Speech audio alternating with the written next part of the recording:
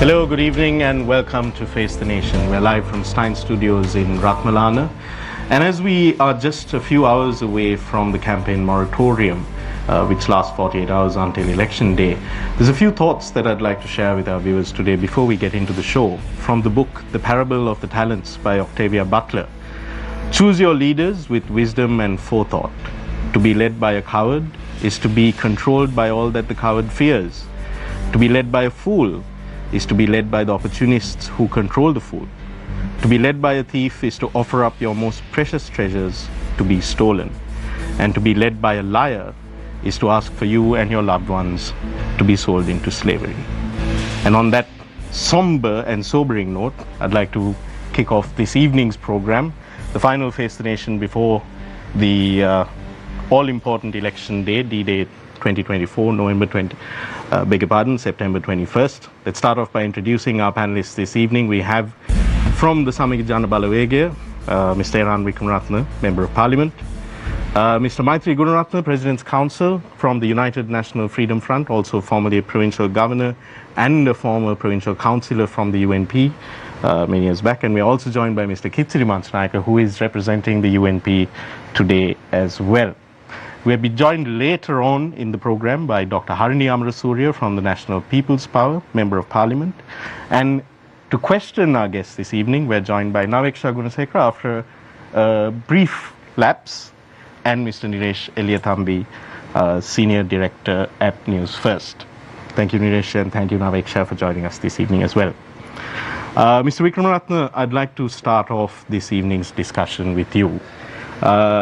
I noticed you taking down notes while I was reading out that opening. Which category does the SJB's leader, Mr. Sajith Premadasa, fall into as we head into this election? I'm wondering which categories are you referring to? The categories that I referred to earlier. Does he fall into any of those categories, or is he a man apart? You were referring to the saying that you were reading? Yes. Yes. So I think the saying you were reading is not so much about the leader. I think it's more about the voter, because when you are a voter, you really need to think carefully. You see, how do you actually select a person, and how do you perceive those who are coming forward and putting their names forward. So I was really listening it more from that angle and thinking that there are different kinds of people sitting out there in different perspectives, and without trying to judge other people, trying to judge myself to see which category do I belong to. Okay, and which category would that be? No. I would leave it for others to make the judgment publicly. Mr. Wickramaratne, we're heading into, you'll have to cease campaigning at midnight. This is the final, I believe, TV appearance that you will be making for the SJB on behalf of Mr. Sajith Premadasa, canvassing for him. What's the message that you want to give to the people to think about, to mull over for the next 2 days?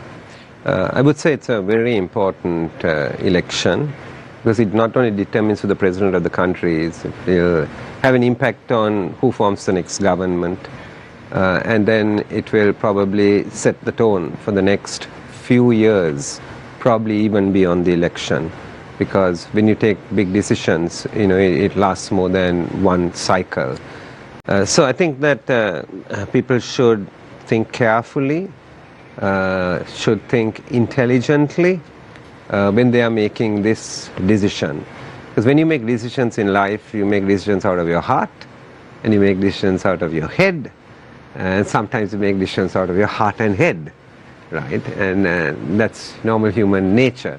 But I would say here we really need to go more thinking about it from our mind, and to make an intelligent decision after weighing all the pros and cons of all the different candidates who are coming forward. And I would say, representing Sajith Premadasa as a presidential candidate, you can look at his past record. You can, no accusations about him having stolen assets and, hiding them in other places. You can look at the work program that is being proposed, you see. And he's actually, in a sense, running for president for the first time, in a sense. Because the last time, at the last minute, nominations were given. And then he ran, of course he ran for president. And now this time, of course, it's been a normal cycle. He was nominated early and we're running in a normal cycle, right? And then to look at... And he was the opposition leader at a time when there was the probably least popular government in recent memory. That's one way to look at it. Another way to look at it is when the country was going through a lot of issues and problems, the economy was being mishandled, right? And then the leader and the opposition has a lot of responsibility, and he was the leader of the opposition, you see. So executing that responsibility, and then post the immediate crisis of getting rid of the president, Gotabaya Rajapaksa, he switched into actually a lot of practical work in education, in health. I think no opposition leader has the track record he has on that, you know, in understanding, identifying with those who are less fortunate, particularly students, you know, middle class families, richer people. We take it for granted. We have a cell phone, our children have access to a computer, to the internet, but most children in this country don't have. He's very sensitive to that. So he went on that program, and nearly 400 schools, smart classes were given. And the idea was, we want to do it for all 10,086 schools. So very quickly before I go to Mr. Maithri Gunaratne, I mentioned that, you know, Sajid Premadasa has been leader of the opposition at a time when Sri Lanka witnessed, in recent memory at least, the least popular government, least popular administration. Against that backdrop, when you consider the fact that one of his main challenges at the presidential election this time around is going to be the leader of a party which polled just over 3% of the national vote at the last presidential election, would you consider that as a measure of the success or failure of Sajid Premadasa as leader of the opposition? No, I wouldn't. I don't think you should be insulting the incumbent president by making that statement, because he's also in the running. With how much votes... One of the main challenges. Yeah, how many votes he will get is another question. But you are suggesting already that no, the challenge... I was asking specifically about this. One of the main challenges was the specific wording that I used. Of course, the current president is also a main challenge. You were insinuating that the challenge comes from a person who has 3% of the vote. You can infer, but that's definitely not what I meant. Of course. And so... clearly, this is an election in which there has been discussion, debate, right? Normally there are two people contesting, and when there are two people contesting, some people vote for and some people vote against, you see, and therefore, you know, a majority is normal. But this is an interesting election because there are at least 3 parties who are contesting out of the 39. And therefore people have to really think very, very hard and very, very clearly about, you know, so it's not only about the person. The focus has been on the person. It's not only about the person. This election is about the system. You see, the system is at stake as well, because some of the people coming forward, right, and their ethos of politics and ethos of life is different. We have chosen a democratic system. We take it for granted every day. You know, we can come to a meeting if we're invited. We don't have to come. You know, we can speak different languages. Very quickly before I switch. You're saying that democracy is on the ballot? Yeah. Because we know we can speak different languages. We can have different beliefs. We can have different political ideas. We can mix. We can debate, and it's within that framework. Our politics is within that. Very much within the democratic framework. Thank you, Mr. Eran Wickramaratne. Mr. Maithri Gunaratne, President's Council, leader of the United National Freedom Front. You formed this party to contest the local government elections back in 2018, if I'm not mistaken. That's perfectly correct. And you previously served as a Southern Provincial Councillor in the Southern Province, and then later as Governor under President Maithri Sirisena as Provincial Governor. Given your history as well, when you look at the trajectory that the United National Party has taken over the years, multiple, of course, a major breakaway party being the SJB, and then I guess we could classify your party as also a breakaway party of the UNFF. Precisely. Who are you backing at this election, Mr. We are backing our candidate. We have a candidate, the United National Freedom Front, Professor Lalit Silva. We are backing the candidate, and we are actually very sad because we come from the same stable, so much to say. And if you take the 3 of us today, at one stage we were all together. So this is the This is the irony which the grand old party has gone into. And now who's responsible for the collapse of the grand old party? I would say Mr. Ranil Wickramaratne is one of the main people who drove this to this dilapidated situation, so much so that the elephant was not being used for the election campaign as a symbol, and he had to come with a different symbol this time. So basically, Nadim, my issue is due to lack of no unity between these main two contenders, that is the United National Party and the SJB. There is a huge threat, maybe to even democracy, because you said that democracy is at stake or at siege. I asked that question. It was discussed. So what we are saying is, now both of these gentlemen seated on my two sides are fighting for the same portion of the green vote bank. So, Mr. Gunaratne, let me pose you the question this way. Coming into this election, many political pundits had described this race as a two-cornered, three-horse race. That basically you had Mr. Amarasuriya Dissanayake, who was the anti-establishment candidate, and then you have, on the one hand, Mr. Ranil Wickramaratne and Mr. Sajith Premadasa, who, for the most part, according to some pundits, are a maintaining of the status quo or are from the establishment. Do you agree with that summary of what this race is about?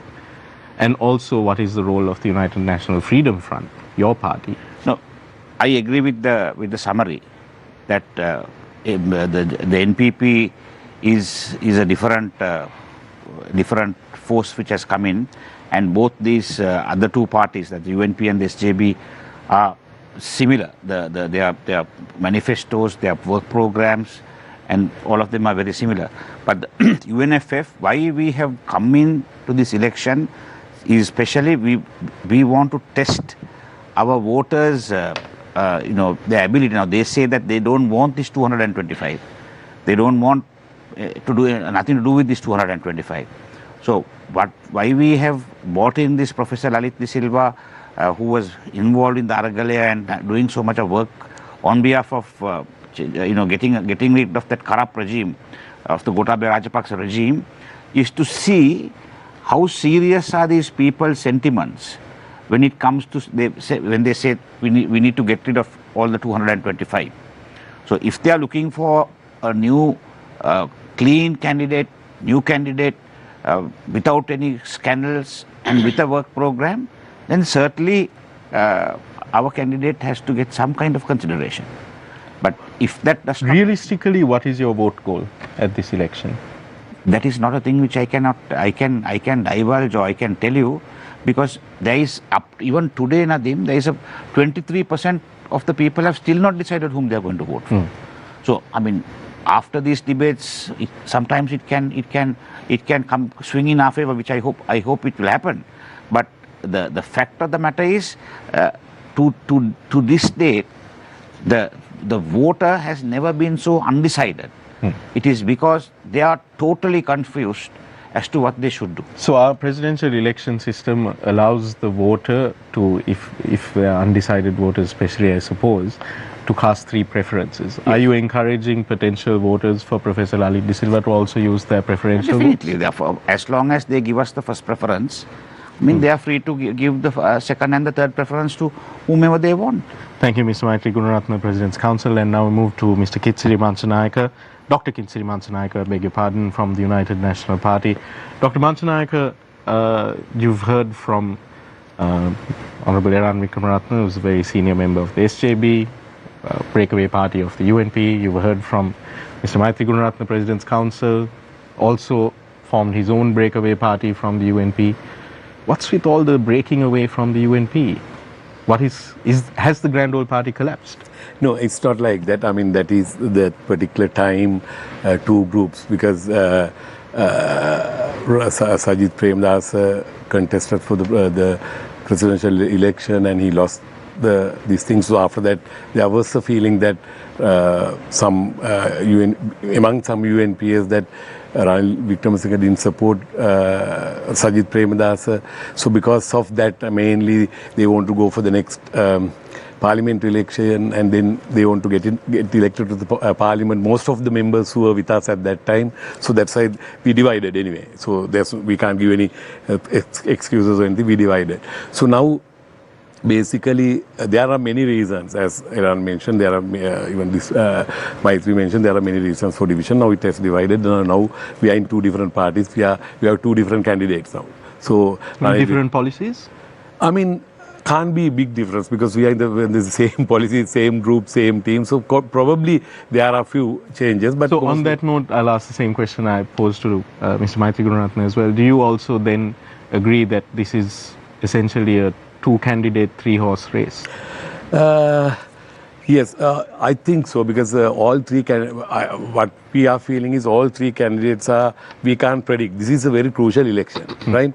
So no one can predict at the moment who's going to win, right? So basically, we are with a leader who's a well-experienced, proven leader. Right, he has been in politics for the last 40 years, and he has got experiences. J.R. Jayawardena's government, he got two portfolios, and then R. Premadasa government, he got the leader. 2 ministries he was doing, and then he became the Prime Minister of D.B. Vijaytunga. So then Chandrika Bandaranaike's Prime Minister one time. So then again the opposition leader for a longer period. Then Maithri Sirsa's Prime Minister, likewise well experienced. He knows how to handle a critical situation, like crucial times. He knows how to handle. So he did nicely for the last 2 years. So he used to have proven that. But these last 2 years have also, you can say, I'm not going to argue with you on how well he's done economically. I'm sure Mr. Wickramaratne might have a different opinion on that as well. But when you look at, in terms of, because Mr. Wickramaratne also said that democracy is on the ballot as well, when you look at some of the draconian laws that have come in during this time, you look at heavy-handed actions by law enforcement authorities, can you really say that Mr. Wickramaratne has done a very good job? Actually, so we are a democratic party. So we need to keep that. Basically, we have taken some decisions during the time. So some people can argue that it's not democratic. But to run a country, we have to make the law and order. So you need to take some decisions. He has taken those decisions at that time, and so we have ran the country. Do you believe, Dr. Manchanayake, that legislation like the Online Safety Act, which was rushed through, which at the debate in Parliament became very clear that many of the MPs had no idea what the actual legislation was about.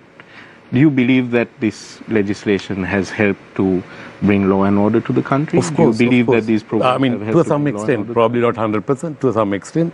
So that some decisions he has taken, some act they have passed in the Parliament is probably good for the future, right? I mean, I can't remember the numbers. There are so many acts they have passed. So that is for the in future and good governance. You said that you're a Democratic Party. A lot of this legislation, there has been one of the criticisms that you see from civil society as well, is the lack of public consultation in bringing these back. And we know from history in Sri Lanka, if you look at very good, strong legislation, has always been preceded by broad public consultation. This is true of constitutional amendments. If you take legislation like the Right to Information Act, legislation that has pushed the needle forward as far as governance is concerned has always, I think, bar none, been preceded by broad public consultations. We have not seen that. You say that there's been a whole slate of legislation passed under this parliament since Ranil Wickramaratne became president. But the issue of broader public consultation, the things that people were asking for in the Aragale as well, outside of the economic issues, those have not been fulfilled? There are so many criticism, but that itself shows that the democracy. So anybody can criticize, right? Somebody can. I mean, there are people. Anybody can say anything. But if you are doing correct thing at the correct time, and to have good governance, you need those legislations to be passed. So you have to do it.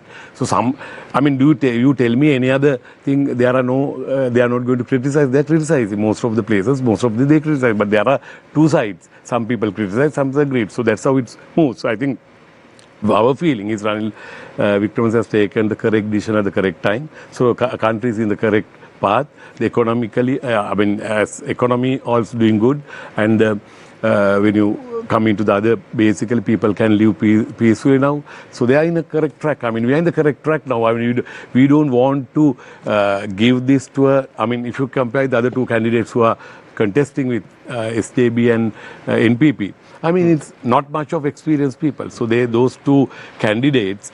But can you really say it's not much experienced people? You're sitting at a table where you have one of the architects of the SJB policy who's a three-term So I'm telling you comparatively. Right? When I compare Ranil Wickramasinge 40 years of the parliament and portfolios he had, so that I'm telling you that, right? So if say NPP leader Gunaratne, I mean, he doesn't have experience probably like Sajid Premdas. Yeah. So, but at this moment, country needs a leader with a lot of experience and who can deliver. He delivered already. He has proven leader, unlike the other two leaders.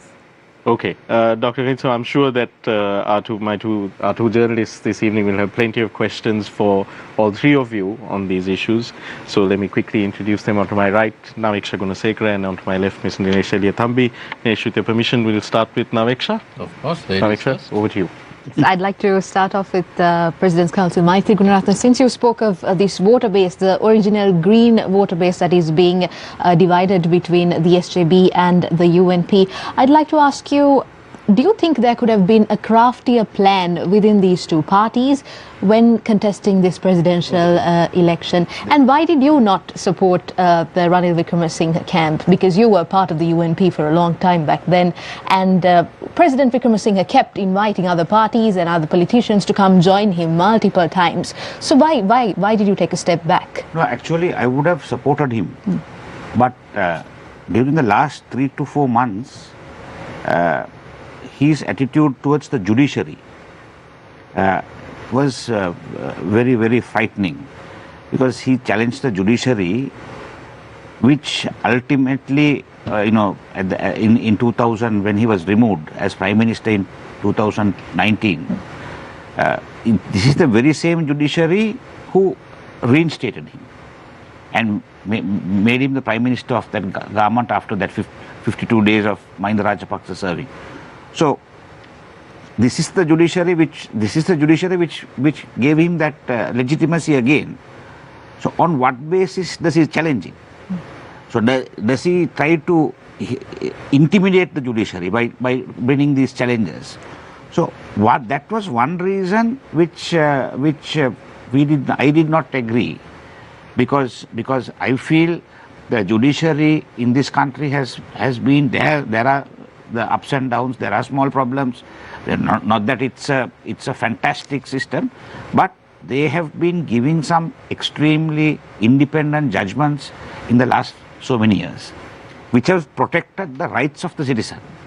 So when a person of the caliber of Mr. Ranil Wickramasinge challenged this judiciary or tried to put it on trial, that was a factor which did not go well with me, because when he was appointed Prime Minister after the Aragalaya,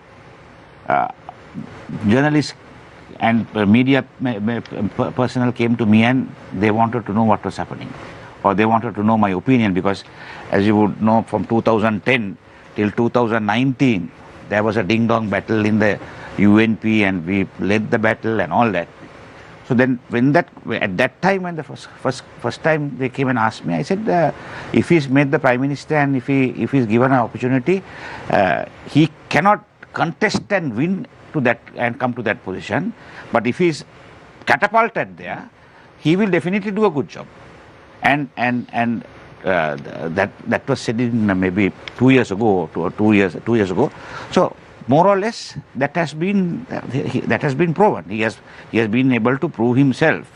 I mean, the people are going to say, okay, he has not paid the loans, he has not paid the interest, all that is there.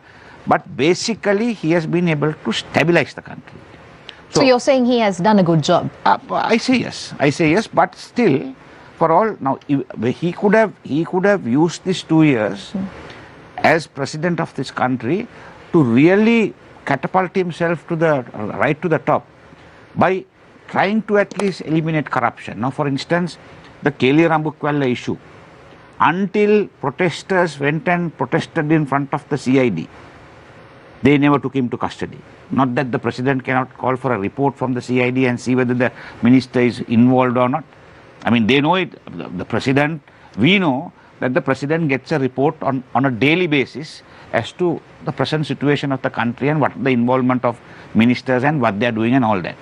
So when a minister has been playing around with the medicines of the people and people have been dying because of that, and if, as the president, if he did not take action against that, I mean, that's a very sad situation. When after he came into power, the tourism opened up. There were a lot of tourists coming in. Then what do? They bring in this huge visa issue, and they started charging about $50 to $100 per tourist. I mean, are we the center of the universe where people are lining up in various countries? Mr. Gunaratne, this is where we have to ask the question very quickly before we go in for a quick break. Yes. You say that you think he has been successful, but when you look at things like the VFS deal, this immunoglobulin situation, when you look at, like we mentioned, the legislation, as a President's Counsel yourself, you are rightly concerned about the comments like cannibalizing that he has used when it comes to the judiciary. How can you then in the same breath say that he has been successful? No. When it comes to the economic front, in the sense now, from the situation where we were in queues and various things like that, there has been a recovery from that. And as a person who has traveled all over the country, I mean, when so we'll come back to that, Mr. Maithri Gunaratne, President's Counsel. We're in conversation just hours before the moratorium on campaigning with Honorable Eran Wickramaratne from the SJB, Mr. Maithri Gunaratne from the United National Freedom Front, and Dr. Kithsiri Manchanayake from the UNP. We're also awaiting the arrival of Dr. Harini Amarasuriya, Member of Parliament from the NPP. We'll be right back with Face the Nation.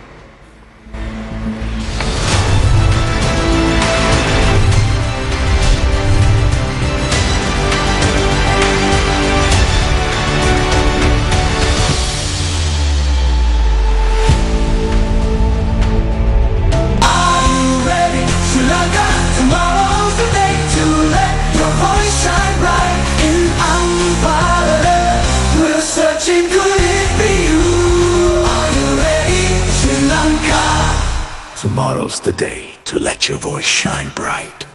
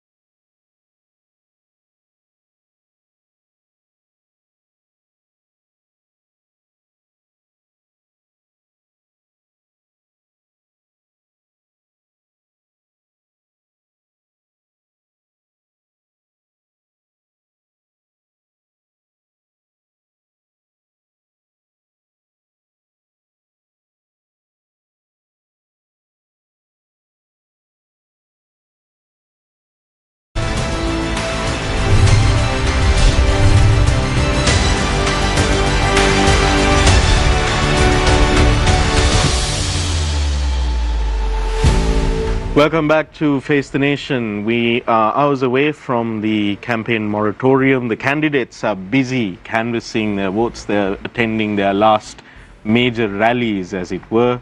And we here at Face the Nation are in conversation with Mr. Eran Wickramaratne from the SJB, Member of Parliament, Mr. Maithri Gunaratne, leader of the United National Freedom Front and President's Council. I have to add that Dr. Kithsiri Manchanayake from the UNP. We've just opened the question round, and Niresh, over to you. Yes, thank you, Nadim. Eran, the 2 years, a little over 2 years of the Gotabaya Rajapaksa presidency collapsed the country's economy, and according to many economists, set us back about 10 years. It's going to take approximately 10 years to get back to where we were.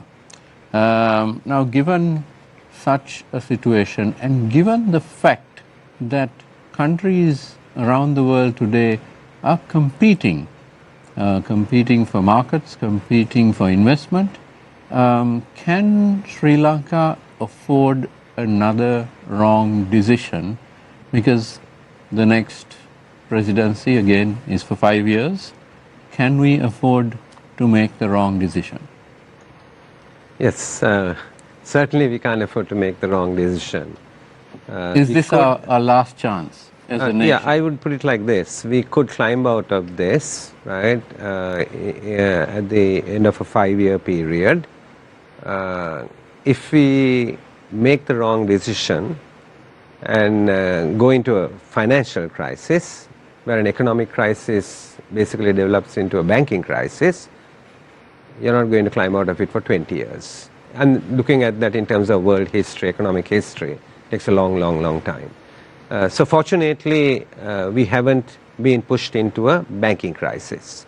And we need to make sure that we don't get into a banking crisis. So that is why this is a very serious decision as to who is actually going to be responsible and who is going to take charge.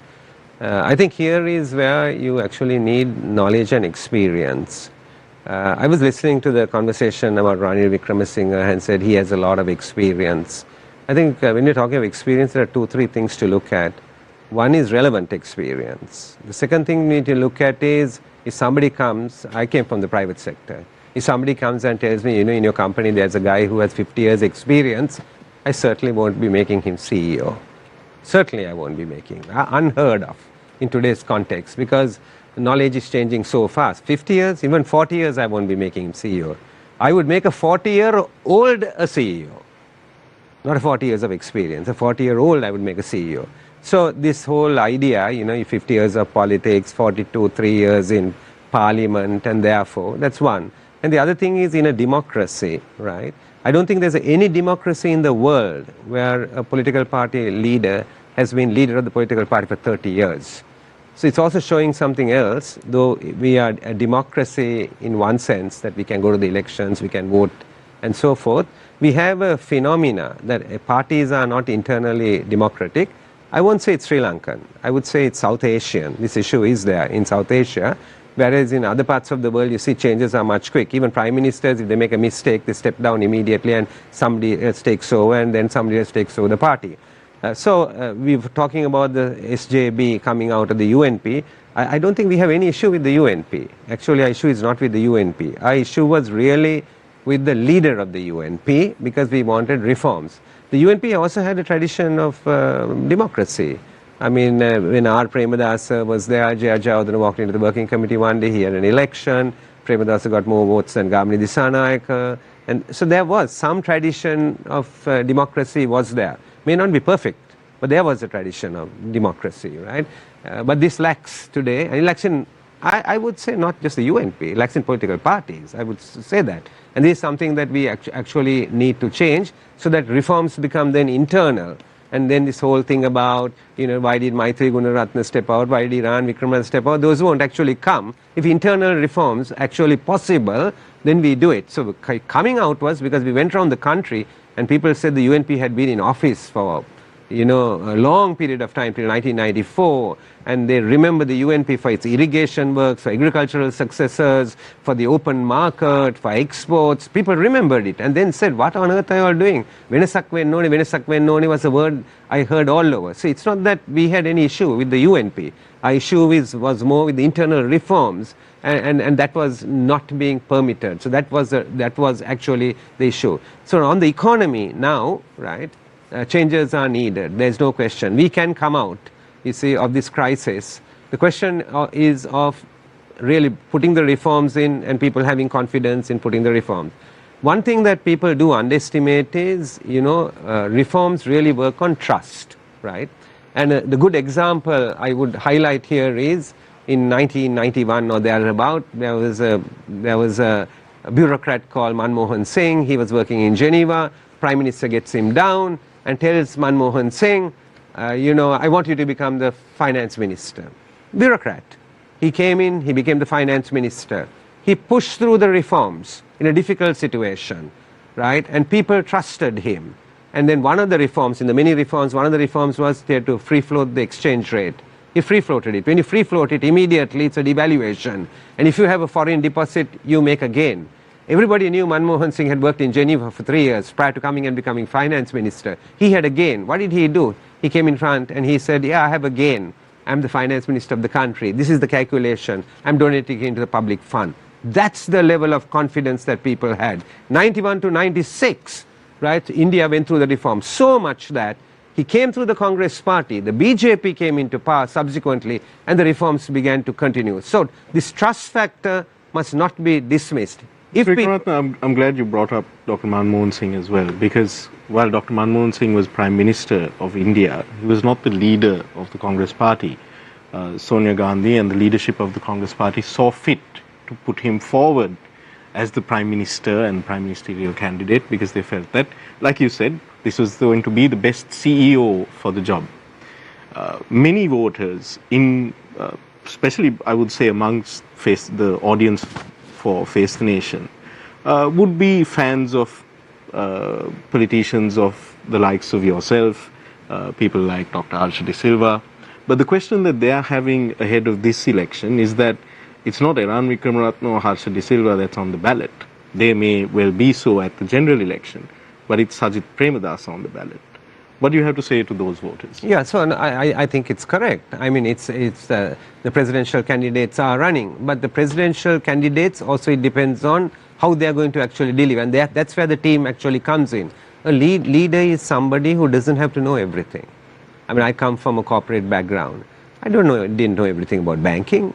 What I did is I worked in an international bank, and then they were trying to push me overseas. My mother had brainwashed me. And my mother had said, you're born in this country, you better work in this country. I'm telling you the absolute truth. I studied abroad as well, but she made sure all 3 sons and all 3 are back here. She said, you're born here, you have a responsibility to your community and to your society. That's a very, very strong lesson that she gave us.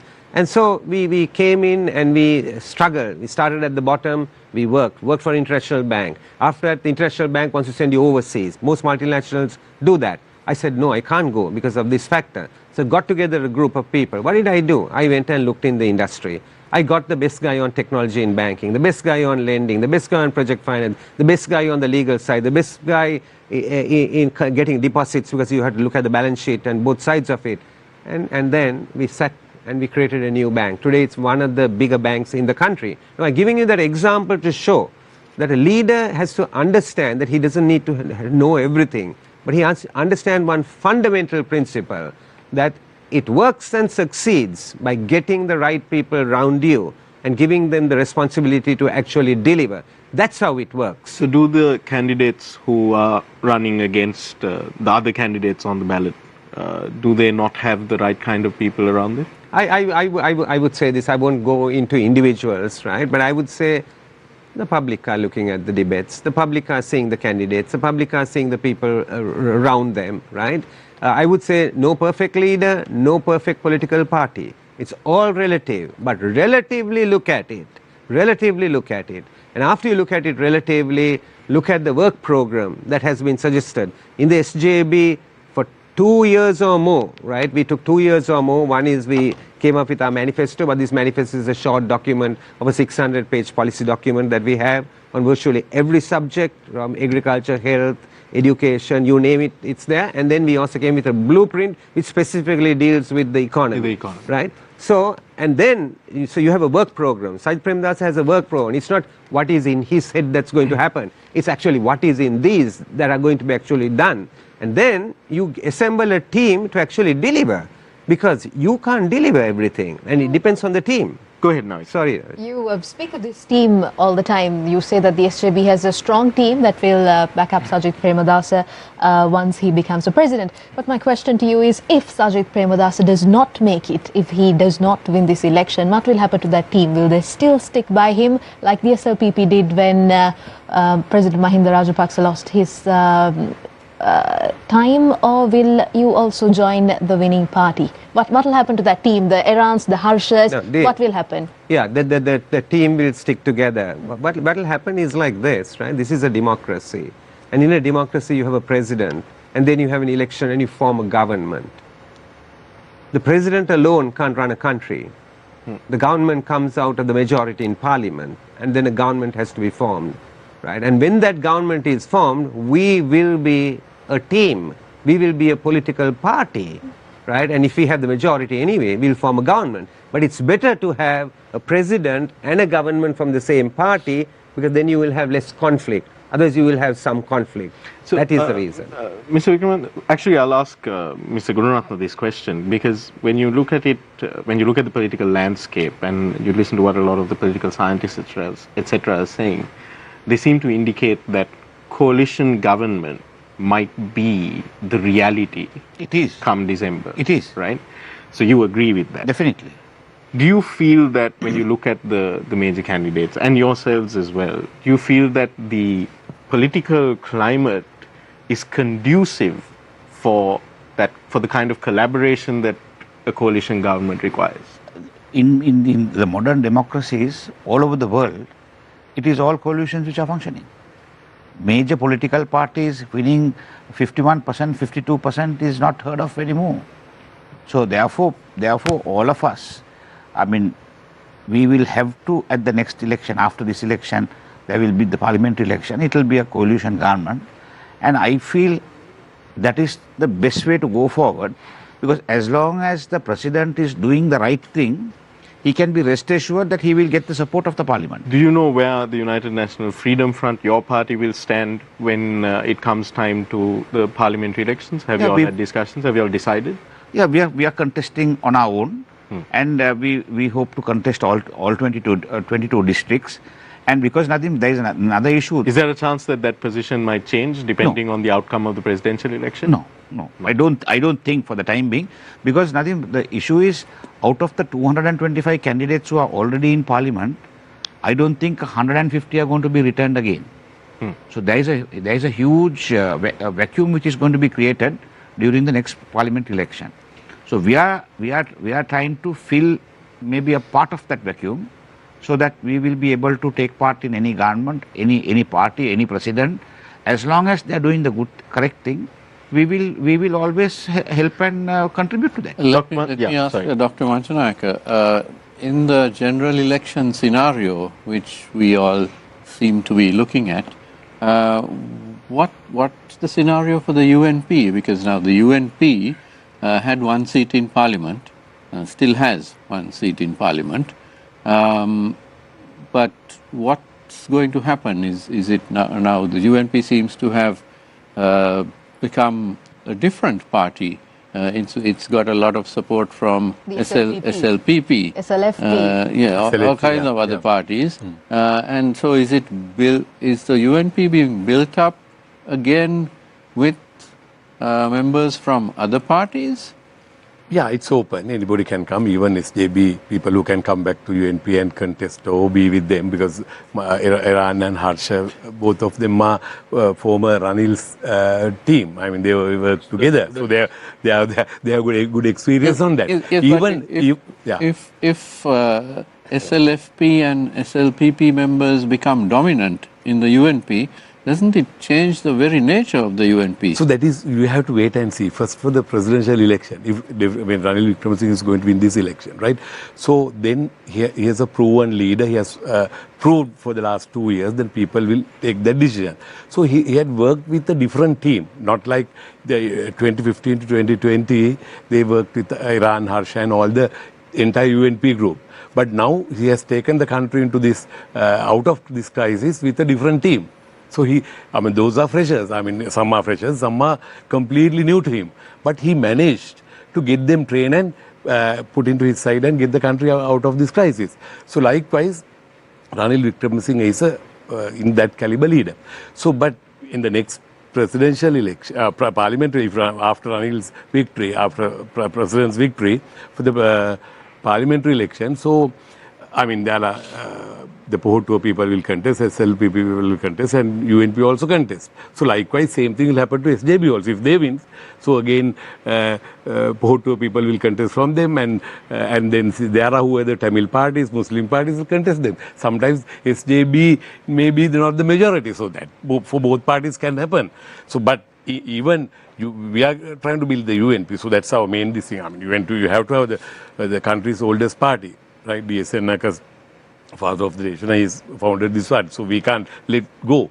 So anyway, we are going to build the party, and people will decide. Now people say there are... So Dr. Manchanayake, you say that, this is one of the oldest political parties in the country, and that we can't let it go and this thing. But the elephant of the UNP has not been on the presidential ballot paper for how many years now? So last three elections, I think, last 3 elections. 2010, 2015, 2019 and 2024? No, 2010, 2015 and this election. 2019? 2019 and this one. Yeah, and this one. 2019 parliamentary election we contested. No, I'm talking about presidential elections. Yes, You're right. saying that the UNP, So the party founded, or the party which brought the father of the nation. That's why now see... But the elephant seems the to be elephant a is bit Don't lost over, in the elephant will woods. come back soon. Elephant What I'm is trying to say is, so in the national party. see the other parties, right? See the SWR is Bandaranake's party, right? He's broke away from UNP and founded SLFP and the hand. Is but that so it's funny that you bring it, because is that the real history of the UNP is breakaways? Starting not with real. 1956. No. The real history of the but the mother from party, the elephant came the hand, from the elephant came the telephone, from the elephant has come the Kehel Havariya. But is that the real end of tale the day, of the UNP? UNP, the founded the party for all, even Pohottuwa.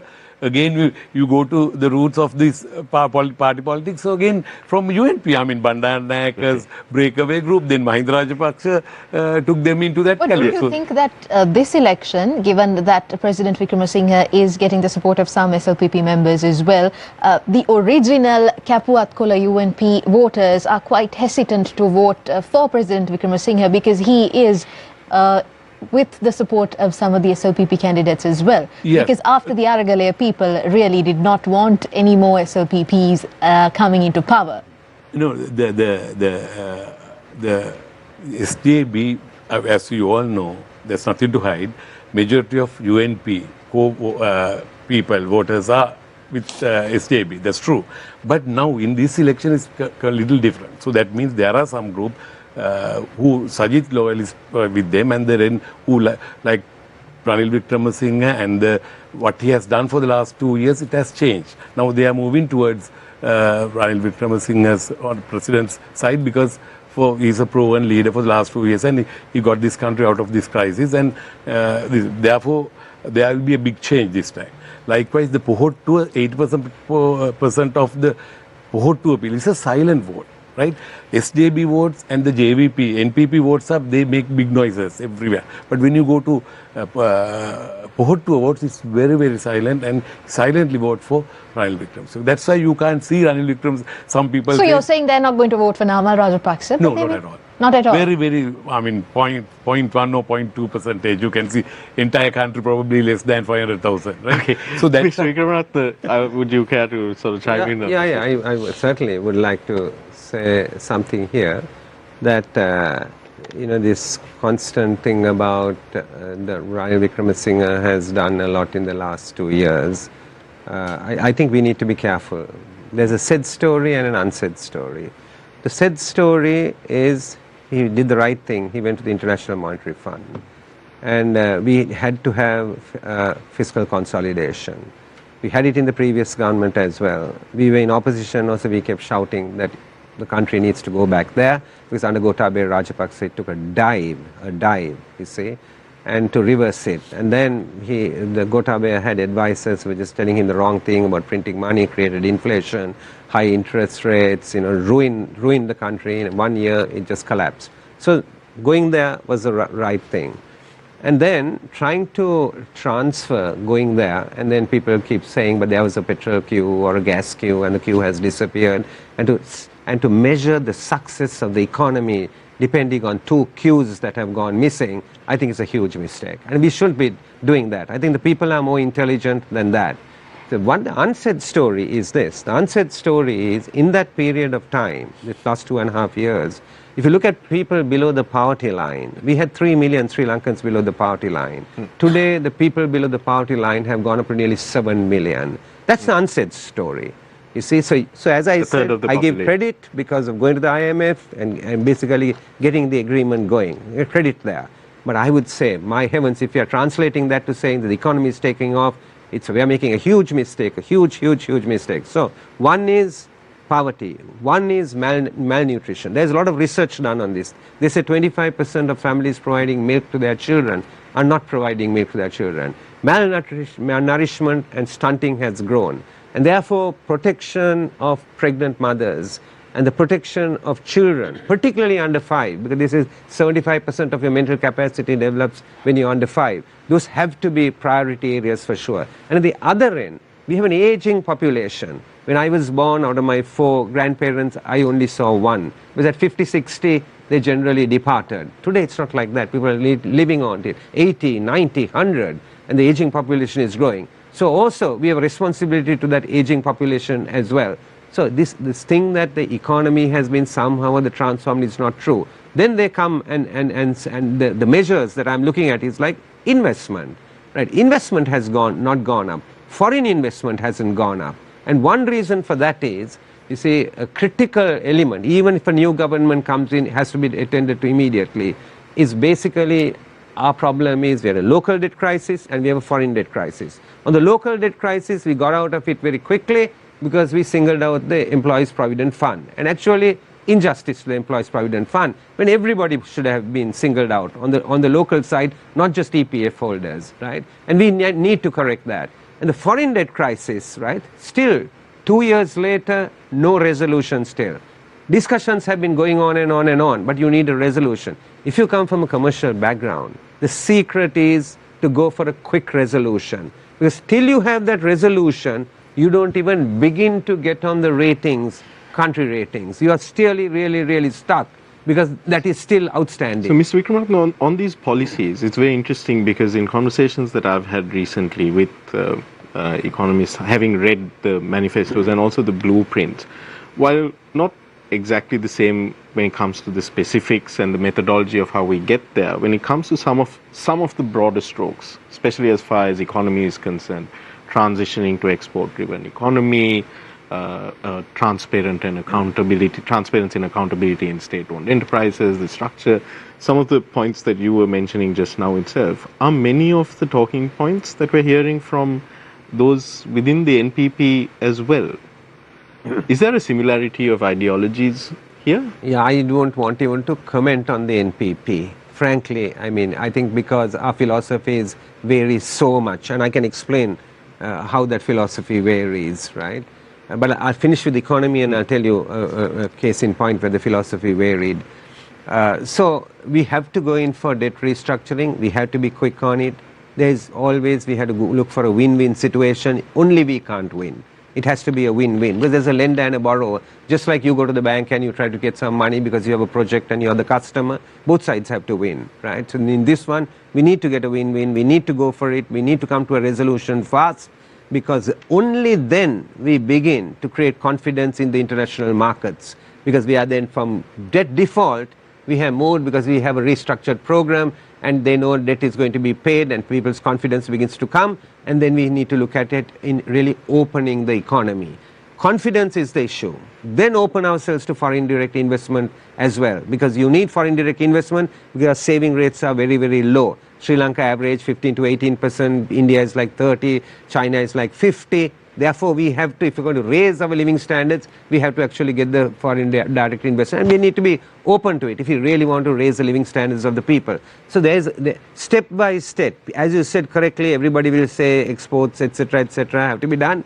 I agree with all of that, but the fundamentals need to be done, because if you create the environment, I think then industry, business will basically decide how you will take it forward. Your specific question was around the similarities when it comes to broad strokes. Okay, I will tell you I'll tell you why it's different, right? Philosophically different. We had a committee in Parliament called the Select Committee on Higher Education, case in point. And Select Committee on Higher, 6 months of discussion went on. We all agreed that free education is very important. Government expenditure on education must go up. It's only about 1.something% of GDP. It must go to 2 and 3. We all agreed on it. We agreed that, you know, private education suppliers are legitimate. We agreed on that. So private sector with its schools, vocational training, universities, international universities coming and setting up, we agreed it is. Government's responsibility, we also agreed, should be more on regulation and on quality and standards and things like that. On the day we were signing it, right, the NPP representative didn't turn up. Letter was sent saying that if I come and sign, we will weaken the Sri Lankan university system. Right, 17 state universities and 5 other universities. I agree. They need to be strengthened. We are not in disagreement with that. But to say that we will weaken it by strengthening others, I thought was absolute crap. One person came and argued with me and said, you know, if you allow the private university, the good lecturer in the government university will leave it and go and teach in the private university. I said, what's the problem? Amma has 3 kids. If at all, only one will go to a Sri Lankan university. Amma wants to give all 3 an education. Does Amma care whether the education is coming from Korea or Russia or Sri Lanka? She doesn't. She wants that. So what are they talking? They're talking through their hat. The JVP has never been in favor of private. So, Ms. Wickramaratne, before I know that Niresh and Navik are also waiting, but we spoke of collaboration earlier and the need for collaboration to ensure stability in Sri Lanka, and that most likely there will be coalition might be a reality. There is no scenario in which you see yourselves work collaborating with the NPP on any issues. No, I think in the formation of government, I can't see it coming together. On specific issues? Specific issues, even when we are in opposition, we have even voted with the present government on specific issues. That we will. We are not going to be opposing things even if we are in opposition. No, I'm speaking about not the present government, because there may be, let's say, ideological similarities. I'm saying as far as collaboration with the NPP goes. No. Government, in formation of government, you have to be philosophically on the same page. I'm asking you directly, right? We are for access in education. We are for access in health, not who provides it. What's important, that people have access. My personal story, right? My parents lived in a rented house. They didn't own a house. My mother took my brother to the closest temple, Wickramaratne temple in Kolpiti. And she told the priest, I hear you're starting a school. Can you please enroll my son? The priest was kind enough to say, the monk said, please, there's a big government school close by, take him and go there. My mom took him there. They enrolled him. I was the younger brother. I followed. There was no question of bring your deed to show that you own a house. No question about that. I ended up as a head prefect of that school. Why? Not because my parents were wealthy or had a deed. I ended up there because of access. And we strongly believe in social justice. Everybody in this country should be given access. And therefore education. Why block the private sector? Why block the non-government, non-profit distributing sector? We've had enough of this nonsense. When I went to school, my father was from a village, Sinhala speaking. My mother was English speaking. When I used an English word, the guys laughed at me. Today people don't laugh when you use English. Everybody's saying we need to learn English. So things do change. But we need to be clear on philosophy. Our philosophy in SJB is we are all for the open market. We are for the private sector. We want to see it flourish. We want to see jobs created. We want to see exports. But we are also for social justice. And social justice must be there. Stability must be there in the country. That's what the SJB is about. Go ahead. Yeah. Go ahead, ma'am. I'd like to ask you, the UNP and even President Wickramaratne's election campaign is very strong on, if you do let me down, you will go back to, I'd rather say back to black. You'll go back to the queues, you'll see you won't have the gas or the essentials in Sri Lanka. If you say that President Wickramaratne is a good leader, how can he say that after he leaves that the country is going to go back to black? Because doesn't a good leader really set a foundation for the next person to come in and take things smoothly? That's why we're asking for another 5 years to strengthen the foundation. Yeah, but isn't this a bit of a bogeyman, No, because actually all of us, I think my two friends have also agreed with me. So we are not fully recovered. We are not fully recovered. It's a half-baked cake, right? So we have to continue. That's why our team, we are asking Ranil to Idaden, right? So give us another 5 years to continue, right? So then after another 5 years, yes, he's a good leader, and then Sajid Premdaso, Anukumar Disana can continue, right? But these 5 years very crucial for him he should continue, because otherwise, probably. What do you have to say in response to the points that Mr. Wickramaratne raised, right? Regarding, look, we have 7 million people who are living under the poverty line, he said. There is issues regarding undernourishment and stunting with growing children. Pregnant mothers are not receiving the necessary nutrition that they need. Like, while on a certain level you may be right that there has been some stability introduced to the economy, do you agree with Mr. Wickramaratne that we should be cautious when we say that the economy has recovered under Ranil Wickramaratne? So, Nadeem, I have to give the same answer again. We know that. I agree with Honorable Ranil Wickramaratne, my friend, because there are many things to do. So now we are in the correct track. We are doing it. So give him another 5 years. He will recover. He can recover everything. He can come back. If you go through some of the social media comments on President Wickramaratne's videos that he's been posting in the recent past, many people keep commenting things like Ranil Wickramaratne can never win the people's mandate. He couldn't even get into parliament with the people's mandate. He has been in parliament or in politics for almost over 40 years, and he has been the prime minister multiple times, and suddenly he's all about rebuilding Sri Lanka and Puluang Sri Lanka and all of that. Many people question, especially on social media, why Puluang Sri Lanka only now? What happened within those 40 years? What was he doing? I have a very short answer for that. We'll see it on the 21st. The thing is, he has proven for last 2 years, because you know that we were 2 years before, right? So he has proved.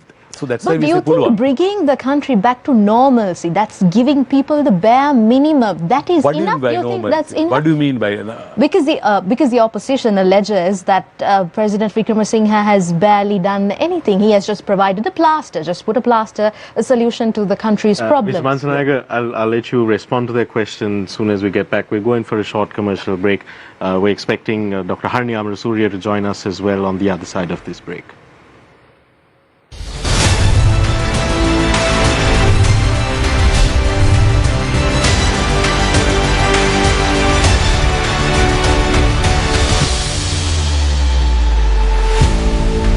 සිම්පත හරියට ලියාපදිංචි කරගෙන තියෙන්න ඕන. සමහරවිම දන්නෙත් නැහැනේ. මේ සිම්පත කොයිතරම් වැදගත්ද කියලා මේ දුරකථන පාවිච්චි කරන හැම දෙනාම දන්නේ නැහැ කියලා තමයි මම කියන්නේ. මේ වලින් පස්සේ ලොකු ගංවතුර තත්ත්වයක් එන්න නියමිතයි කියලා.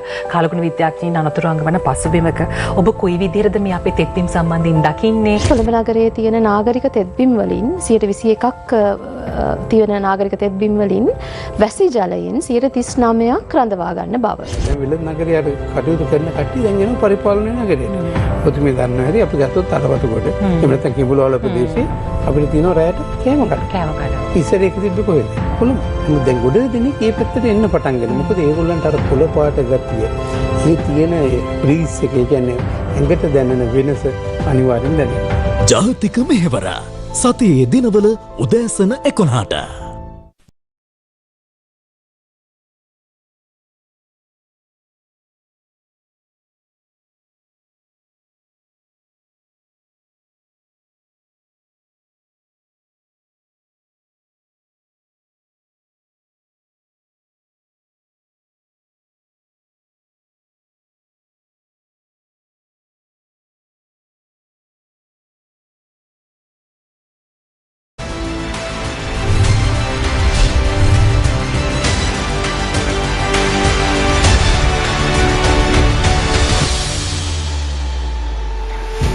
Welcome back to Face the Nation. We're in conversation with Mr. Eran Wickramaratne, Member of Parliament of the SJB, Mr. Maithri Gunaratne, President's Council, leader of the United National Freedom Front, Dr. Kithsiri Manchanayake, who's here representing the United National Party today. And we'd also like to welcome Dr. Harini Amarasuriya, who's just joining us, Member of Parliament from the National People's Power. Before I come to you, Dr. Harini, Dr. Manchanayake, I'll let you conclude your answer to the question that Naveksha is posing to you. It was pretty much, let me sum it up for our viewers as well. Don't you feel that a lot of what you say is recovery has actually just been band-aid solutions, or as we say, palastara visandum, over the past 2 years? Past 2 years, I mean, we have done a lot, right? We have to do a lot. So therefore, not palastras, there are some permanent ones. Probably there are here and there one or two, some temporary solutions also. But we are in the correct track. We have done our best, the Honorable Ranil Wickramaratne, and people are very basic things we can say. No, I mean, those are very basic things. No queues, no petrol queues, gas queues, but more than that. So, you know, the investors are looking at us. The tourists are coming in. Inflow is very high now, right? And again, everything basically becoming normal life for everybody. So things are happening. So I told you, in 2 years you can't do wonders. That's why we ask you next 5 years. So we will do a good job and then hand it over to any other leader who can run this country. So that's our. Okay. Thank you, Dr. Manchanayake. Dr. Amarasuriya, if I can bring you in on the conversation, let me quickly try to sum up everything that we've discussed. We've spoken about the importance of knowledge and experience in politics. We've gone into the philosophies of different parties, and we also spoke briefly about the importance of collaboration within the political environment, given that even moving forward beyond the general elections, coalition government might be the reality in Sri Lanka.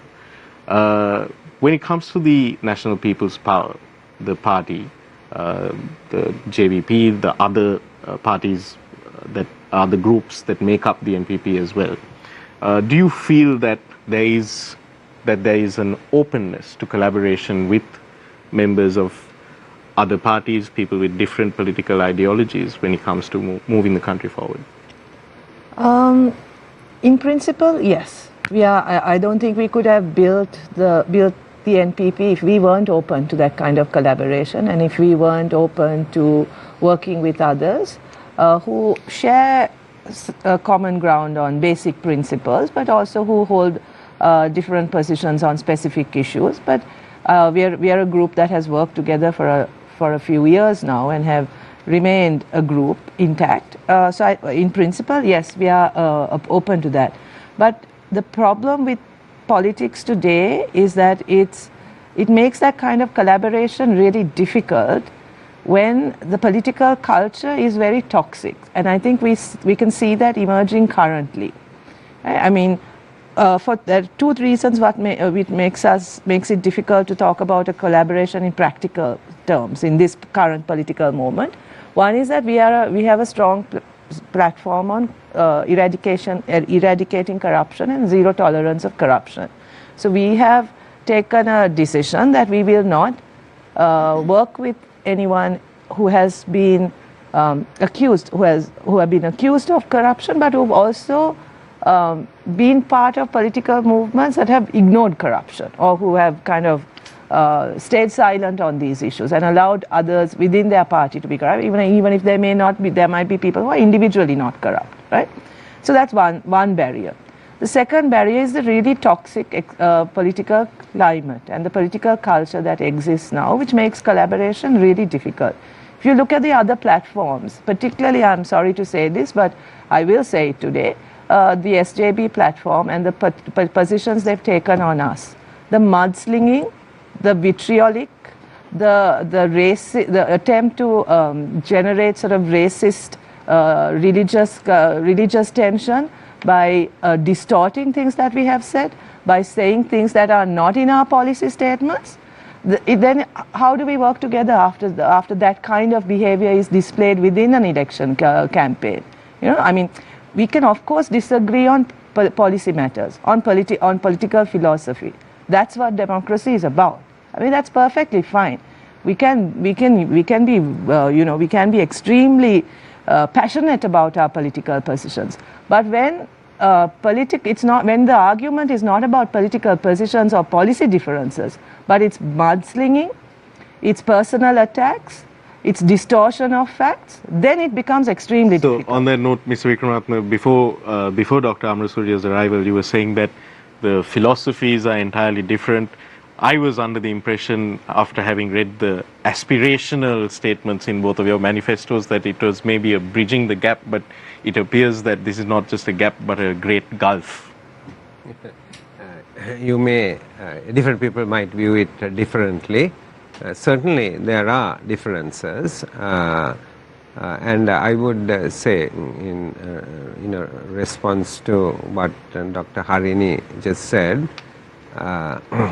that individuals making personal attacks is unfortunate and is a bad part of our political culture. Referring to somebody in making an argument is different, and running down a person is completely different, and I would draw that distinction. And what she did say, I don't know whether she was referring to the economy, or whether what she was referring to. I can be specific. I can come up with specific examples. Yeah. Even about the economy, certain things that are not in our policy statement are brought out as this is the NPP's position. Yeah. But I think more seriously, because economics, there are differences, there are different interpretations. But more seriously has been the recent attempt to generate religious tension. You know that this is a feature in our politics which we really need to reject and which we really need to end. Every every election we raise this issue of racism and religious tension as the last resort. At the SJB's convention on Buddhist monks, they showed a video claiming that the NPP policy says that we are going to be a secular state, that we are going to change clause 9 of the constitution, current constitution, which says that that gives a special protection to Buddhism, none of which is in our policy. It shows myself, Sunil Handunhetty and Nalin Hevage and Bimal Ratnayaka making certain speeches, but edited versions, which gives an idea to the Buddhist community that we are anti-religion and anti-Buddhist. I think that was really not on. On your stage, your members have said that I have stated that we will ban the Dalada Perahera, right? I mean, on that issue, we've actually taken legal action, right? Yeah. So these are not just individuals. This is on your political platform. These are outright lies, and these are also attempts to create religious tension, which I know, Eran, you are personally not. You don't do that, right? But I think we all need to take a stand that this kind of thing is not permissible. So, Mr. Wickramaratne, I know that I won't ask you to respond for the words of others. I want to respond. Yeah. I want to respond that I completely denounce that kind of use of religion or racism for short-term political gain, and I think that Sri Lankan politics needs to be out of it. This issue about, it has happened to me as well, you make a particular statement in a certain context, and then somebody takes it out of the context and then interprets it, and it's sometimes my personal views are also not exactly the views of my political party. Political parties have policies and my personal views will differ. I mean, she talked about a secular state, for example, right? And there are people in my party, we all subscribe to the view of the Sri Lankan constitution. You say that the foremost place for Buddhism and all other religions and their rights will be protected. You see, and so that's what we as a political party we subscribe to. But I have no issue with people who have the view that they think of a secular state. You know what I mean? So my personal view. But the point is that the SJB is claiming that our policy says, our policy manifesto, that our position is that we will repeal clause 9, and that we have said that we will be a secular state. Neither of that is in our policy, right? That is it. So it's not even talking about my personal position on it. It's not attacking my personal position. It's saying that this is the NPP's position. And it's quoting statements taken out of context. No, it's not even quoting statements taken out of context. Then I have never said this anywhere. It's not anywhere in our policy document. This is referring to the Public Representations Committee report, which was actually initiated by President Ranil Wickramaratne in 2015. I was a member of the Public Representations Committee. And in that Public Representations Committee, what we did was document the views of the public, right? And we have done that. We have collected the views of the public and we have documented that, and we handed it over to the Parliament. Then there was a process through which a draft constitution was made.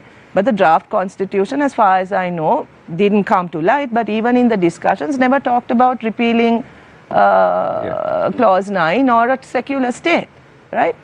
But now it's being said that our policy is secular state and repealing of clause 9, which is actually part of a report that was documenting public representations in light of the conversation about a new constitution. Mr. Wickramaratne, I'll give you a few seconds to 20 seconds to respond to that, and I think Niresh has a few questions for other panelists as well. No, I mean, I'm not contesting what Dr. Harini is saying. I was not even at that whatever place when whatever of this was said.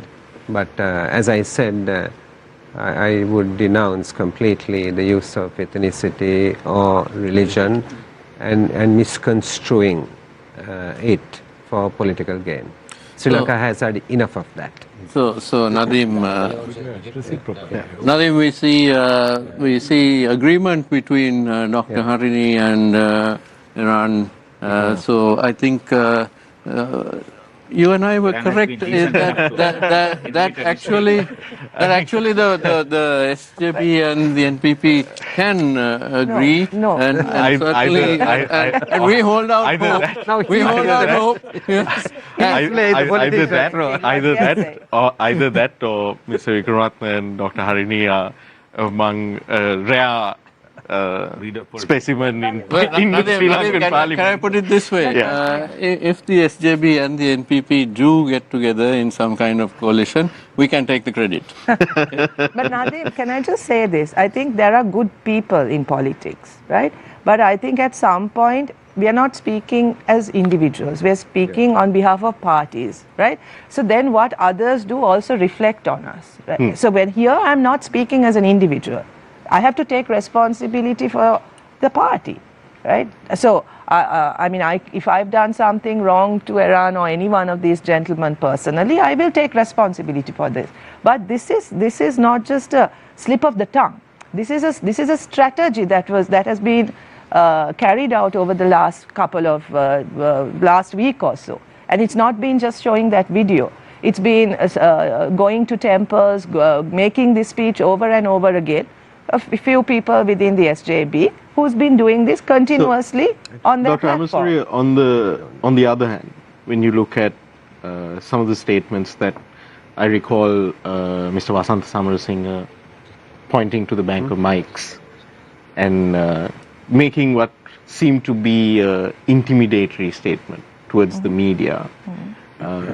There was the controversy surrounding Mr. Lalkantha's comments about there was later a clarification saying that it was misconstrued, but upon listening to it, what he said initially, not out of context, what he said initially, it seemed to be suggesting vigilantism at a local level as far as the judiciary, or giving judicial powers, devolving judicial powers to a level that is probably not best suited to be executing the judicial powers.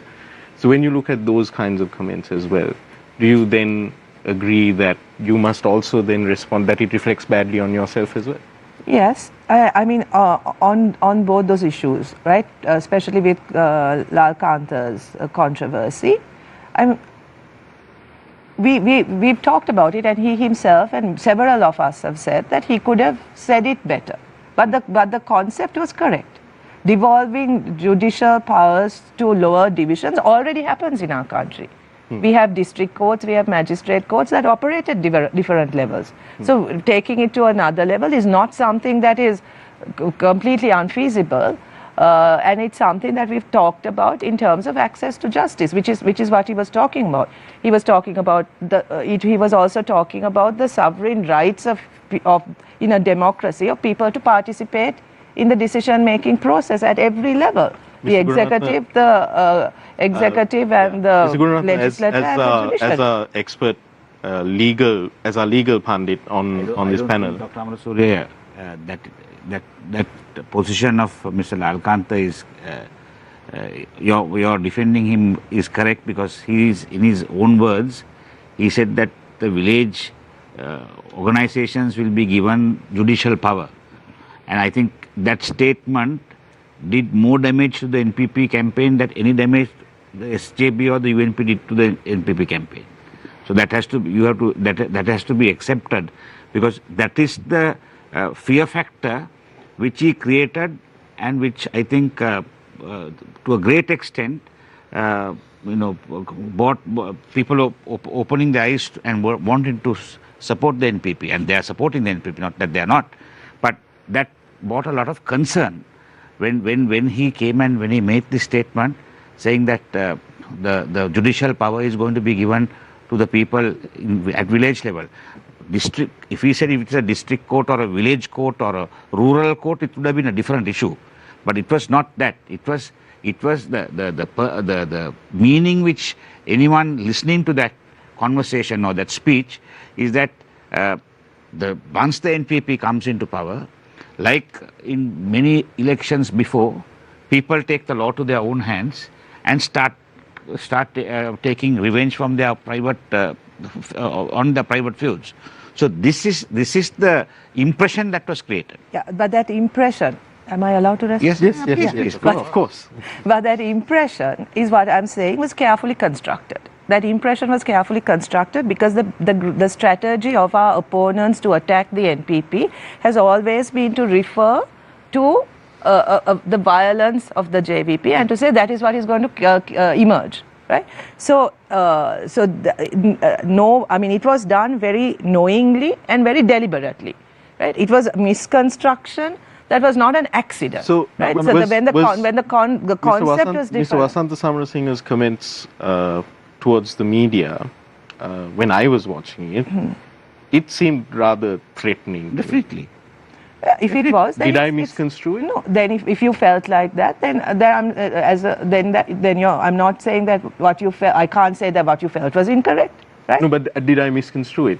Did I don't know what you're referring to. This incident I know very well. But if you feel that that was threatening, then that was wrong. You shouldn't use that kind of language. Similarly, with Mr. Lalkantha's comments, we all agree that could have been said in a different way. But that was not the issue. The way it was made into an issue was very deliberate, and was part of a strategy is part of the strategy of our political opponents to sort of ignore that what we are today is not what the JVP was in the past, that the JVP has not engaged in violence since 1994, that the particular circumstances through which that violence occurred, which nobody is willing to talk about or address right now. So the entire responsibility for that is placed on 88, 89, and a bogeyman is created out of this. So the only tactic that is being used against us is fear-mongering,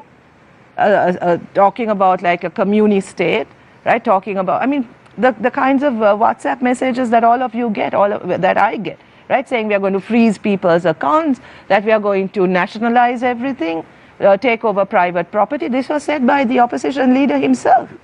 Dr. Manchanayake, I'd like your thoughts on this as well. Is there a concerted effort, not just from, I mean, you can't speak for the SJB, but from within the president's camp as well, from the UNP and the current administration, let's say, as well, to misconstrue, misportray deliberately mislead the public regarding the positions of the National People's Power? I think our campaign, we are not worrying about, we don't want to attack any other body in a different way, below the belt way of doing it. So we have proven record, we are going to capitalizing on that. We have saved the country, we have saved the nation for the last 2 years. Now we are in the correct track, we are going forward. We don't want to Now facing the nation. Now we are facing the nation. We don't want to attack or any other level of attack, personal things and all. So our clear vision, clear path, so we don't want to do that. Because we have enough things to tell the people. So Dr. we have... Manchanayake, now you referred earlier to the various MPs and members of other parties who are jumping to various other parties. May I put it to you that this actually has very little to do with the presidential election, but is a mere jockeying of position by those politicians for the general election to come, that it is just in their selfish self-interest that they are leaping from one party to the other. What would be your thoughts on that? So general election is a different ball game after Ranil Wickramaratne. No, but we know it's coming. Yeah, it's coming. All so the candidates have said so. After that, now the people say that all 225, out of that 150 or 175 may not re-elect, right?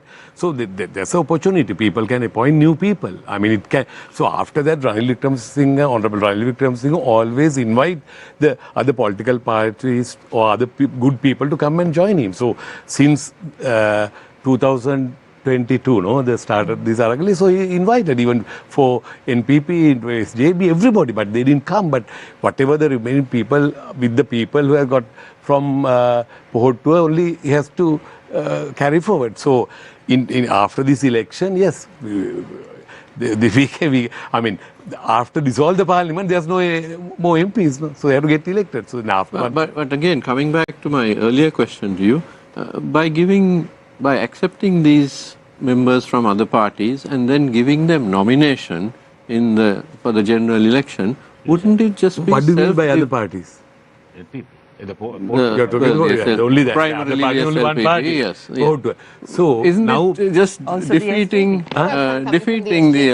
UNFF? SJB's people, our team, you know, so now, I mean, we can home situation, we can take them anytime. Very right? interesting. You know, we can take, but I'm talking about the new team. What do you call it? Is this any way to build back the UNP? No. I mean, that is secondary story. So we have to, after he's get elected as president for after the 21st. So we have to get a different strategy, whether we wanted to strengthen the UNP or we want to get all together in one coalition sort of alliance or something like that. So that we have to, too early to predict and too early to decide. Mr. Wickramaratne, we have short-term this thing to get... sorry, go ahead. You had something. What I was going to say is that, you know, this thing that, you know, everything is a strategy, right? Is not necessarily true. Sometimes people could have a justifiable fear. And a case in point is that when the Aragale was going on the Golfers Green, I got information that, you know, thugs had come and thugs were going in there and innocent people who were in the Aragale were going to get attacked. This was on the 12th of May. Yeah, we had made a decision not to go there because we thought it was more civil society-led thing. But and then we decided that day also not to go. Then by afternoon we heard that there's this attack, and people had come in buses and they had poles and all. And Sajid Premdasa was going there, and he was going on his own. I saw that. I just got into a van. I didn't know whose van it was. I didn't take security, nothing.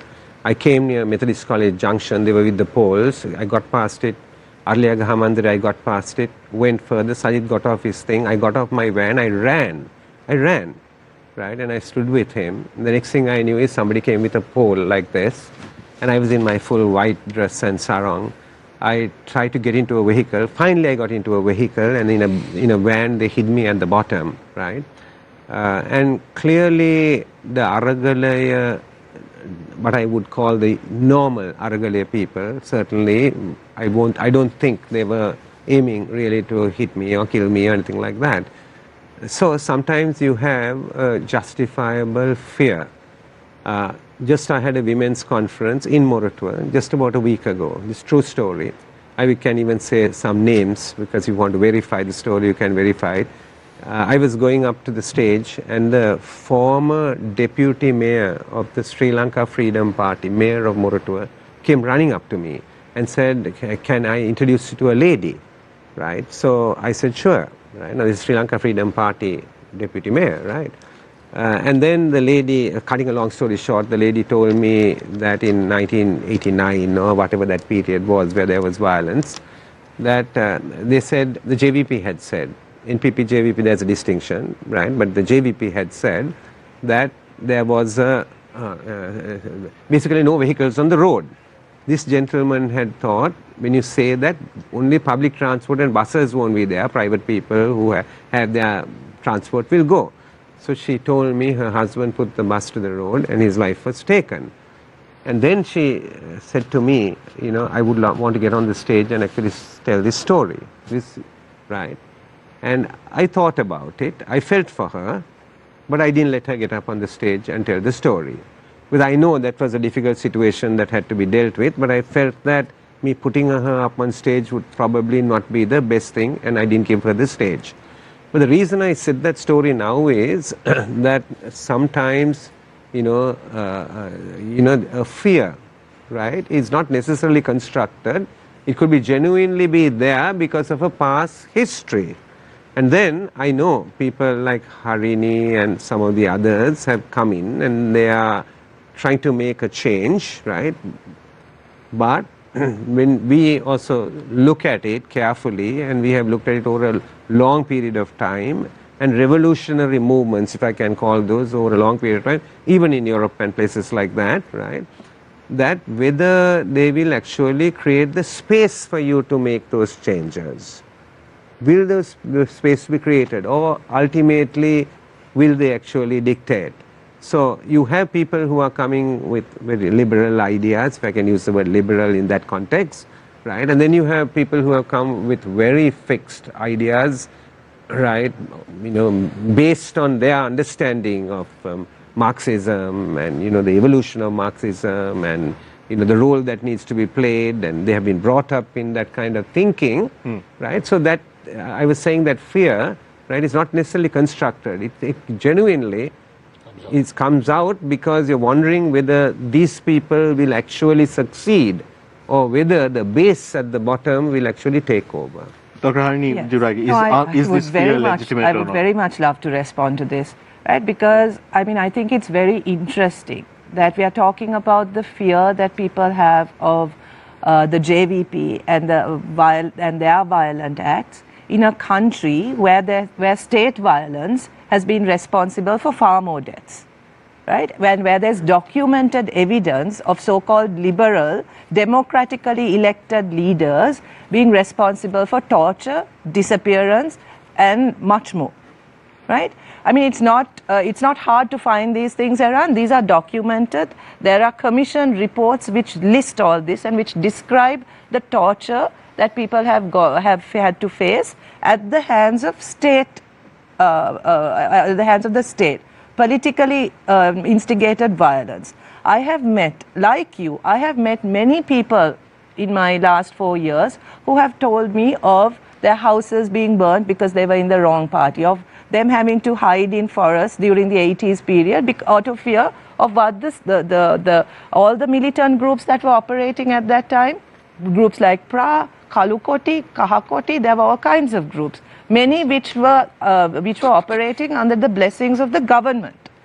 This is also the same government. Let me just remind you that many of the governments in the past and today had very close connections with the underworld. It was the UNP in Kalania, I think he was called Gonavala Sunil, right? Gonavala Sunil, who was underworld thug, who was accused of rape of a young woman. J.R. Jayawardena gave him a presidential pardon and appointed him a justice of peace of the entire island. He was appointed the leader, chief organizer for the Biyagama electorate, in which Ranil Wickramaratne was also he was the MP for that area. So when we are talking about violence, when we are talking about the fear that people have, let's talk about all of these. Yeah. Let's talk about all of this and not just kind of come up with this idea that it's just the JVP that has been responsible for violence. Let me just finish, right?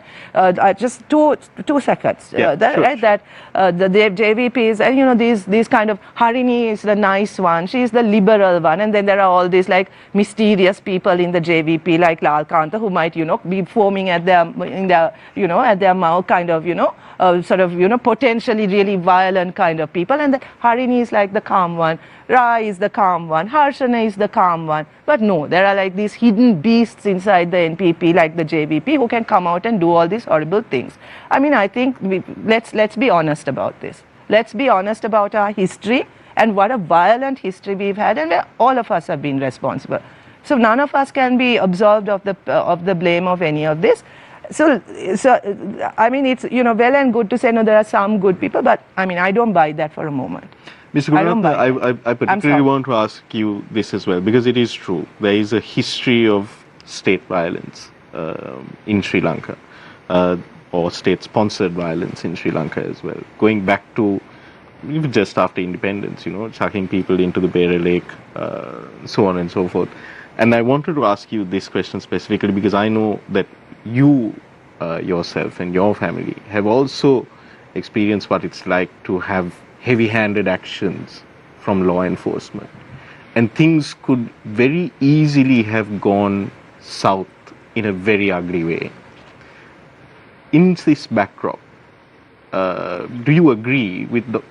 Amarasuriya's, with Dr. Harini's position? Not 100%.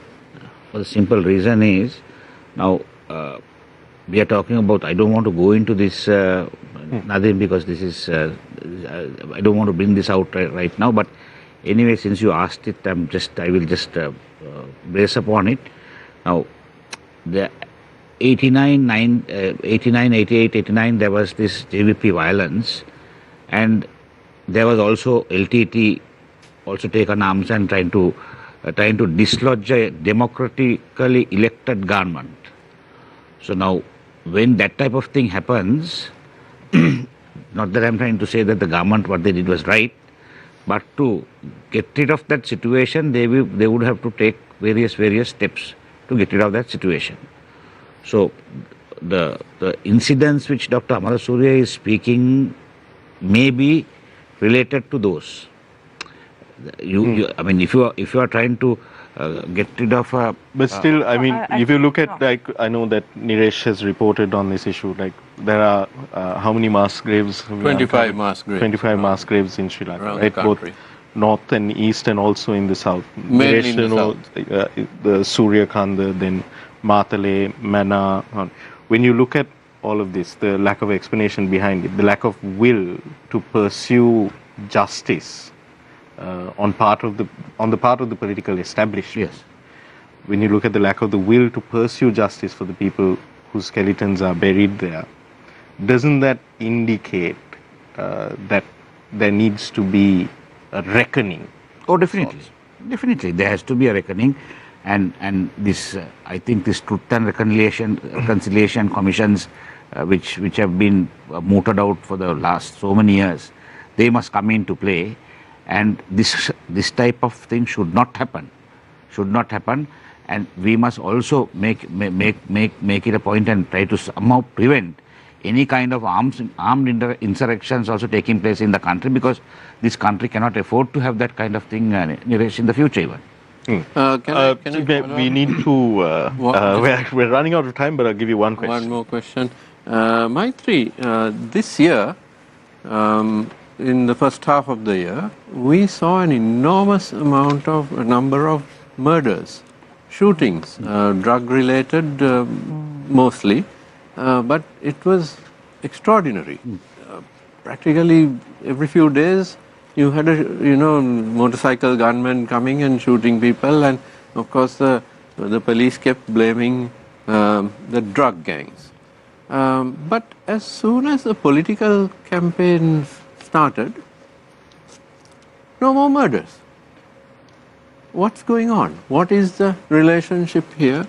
Because this goes towards the whole anti-corruption, the whole culture of violence. What's going on? I would say this is what happened. They appointed an IGP who was not fit to be IGP and who had a track record of human rights violations. Notwithstanding the Constitutional Council's recommendation, His Excellency the President appointed him. And he alone was responsible for all this underworld activity. And the drug mafia, the drug cartels, all of that was managed, handled by him. And moment he was removed, it is not after the election, moment the Supreme Court thought it fit and said that he had no mandate to sit there, he was removed, all things settled down. So after that point, I mean, country doesn't have an IGP, but things are functioning quite normally. There's no problem. In fact, much better. In fact, much better. The police have been functioning much better. Much better. Much better. I'm not. I mean, we are talking of killing every day as opposed to once a month, right? Not that it should happen even once a month. But so the fact is, Niresh, when they appoint the wrong man and they take the law to their own hands, they do the bidding for the drug lords, then of course we have no chance. And the fear-mongering that the election cannot be held without an IGP. That is all created by Mr. Wickramaratne. He created many fear psychoses like that. Now even the local government election, why did he postpone it, saying that there was no money? But the Supreme Court overturned it. So that type of operation is basically Mr. Ranil Wickramaratne is very famous for that. Final thoughts. We'll start with you, Mr. Maithri Gunaratne, President's Counsel. In a minute, can you let us know what should people be considering? Where it's moratorium time, you won't be able to directly reach out to the people anymore. What should people be thinking about when they go over the next 2 days? They should not vote with anger. They should consider the situation the country is in, and they should consider the future of themselves, and then thereafter one vote. Because if they are going to vote with anger or with hatred, then of course the result is going to be completely a difficult result for us to cope with. So therefore my personal request or my request from the people of this country is, there are so many candidates which are contesting, there are main political parties. Vote, think about what the country needs, who the country needs, and vote wisely. Those are my last comments. Dr. Manchanayake, your parting thoughts for the people. Mine is to tell the people, especially for UNP and there are UNP two categories, UNP and Kapuatkola, and there are two. I think there's no SJB-like thing, they're all UNPS. So I want to tell all UNPS to, if Pohottuwa people, 80% of Pohottuwa people can, and 80 to 90% people of Pohottuwa people can vote for Ranil Wickramaratne silently. Why Kapuatkola and UNP team can't vote for Ranil Wickramaratne? Because what he has done for the country is your former leader. So next election, I think that's the request we have to make, because he has done so much for the country and he has to do a lot of things for the country for the next 5 years. So give the country to him for the next 5 years. I'm requesting all the UNPS and Kapuatkola UNPS to join with us for voting for Ranil Wickramaratne. Mr. Wickramaratne, already told. People are already with us. Mr. Wickramaratne, I promised you that I'd let you go in time. Pohottuwa is already with us. Only at the top. No. Mr. Wickramaratne, I promised you I'd let you go in time for your meeting in your home electorate of Moratuwa as well. He's not going for a meeting, he's going for a bylaw session. Can you tell us your parting thoughts ahead of the moratorium? What is it that you want our viewers here on Face the Nation to be thinking about over the next 2 days when they head to the polls, before they head to the polls? So I think that people need to vote intelligently, because when you take decisions, you can take decisions out of emotion, and you can take the decisions by really thinking through it intelligently. And the things you have to think through are the candidates. Obviously, you don't want people who are tainted, and that's one consideration. So this whole thing about throwing experience and years, and if you look at the track record, very wanting track record, unfortunately. The second thing I would say is look at the work program that has been presented. The SJB work program has been worked over a 2-year period with lots of academics and professionals working on it. Several areas have been covered and really thought through, and then we have thought about it practically. How can you actually implement given the situation the country is presently placed in. It's going to take us 5 years to probably climb out of this, but we had to do it very carefully. And so look at the work program, compare the work programs. And my final point will be is look at the team. And the reason is any work program, for it to actually succeed on the ground, you need to have a capable team. One individual can't transform it, can set the example. The individual is the leader, right? And the leader is the one who really harnesses the team, motivates the team, gives the goals, does the review, makes the changes that are necessary. So look at the team, and the team needs to have experience. It's not just education. Education is important, but you need experience.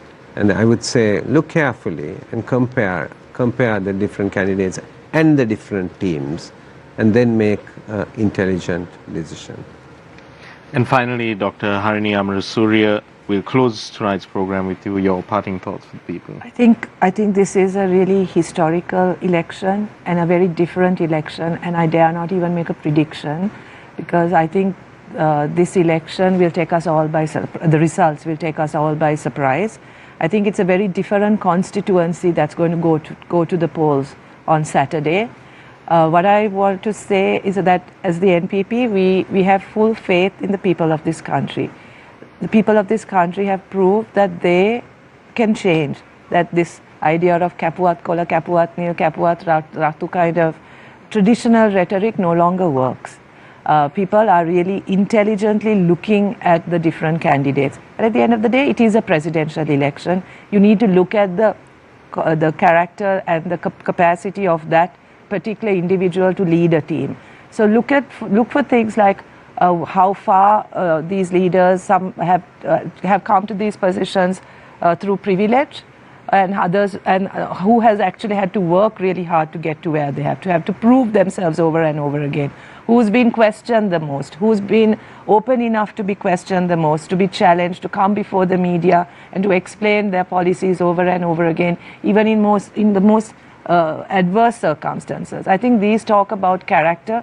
These talk about the ability to lead and the ability to lead a team. Look at the people they brought together. Look at the kind of people they put together as their team and the way they talk about the team. I think all of these issues will matter, because it's leadership. It is at the end of the day a presidential election, and the leadership qualities of those individuals will have a huge impact on how that team can function. Thank you very much, Dr. Harini Amarasuriya, Dr. Kithsiri Manchanayake, Mr. Maithri Gunaratne, President's Council, and also Mr. Eran Wickramaratne of the SJB. I wish all of you and your candidates the best of luck. I'm sure that all of you will respect the moratorium and will refrain from campaigning over the next 48 hours pretty much. Thank you very much, Naveksha, and thank you very much, Niresh, as well. This moratorium is intended for you to mull over things, consider the information that has been, that at times you have been bombarded with, I would say, over the past month and a half or so, and really think about what decision you're going to make on Saturday. It will be a historic election, regardless of who comes out on top at the end. It will truly be a historic election. We're coming off the back of the Argalaya, one of the worst economic crises this country has ever faced. And I'd like to bring it back full circle to how we opened this program. I started with a quote from the book, The Parable of the Talents by Octavia Butler, and I'll close with that so that you have something to think about as well, to reflect upon inwards as well. Choose your leaders with wisdom and forethought. To be led by a coward is to be controlled by all that the coward fears. To be led by a fool is to be led by the opportunists who control the fool.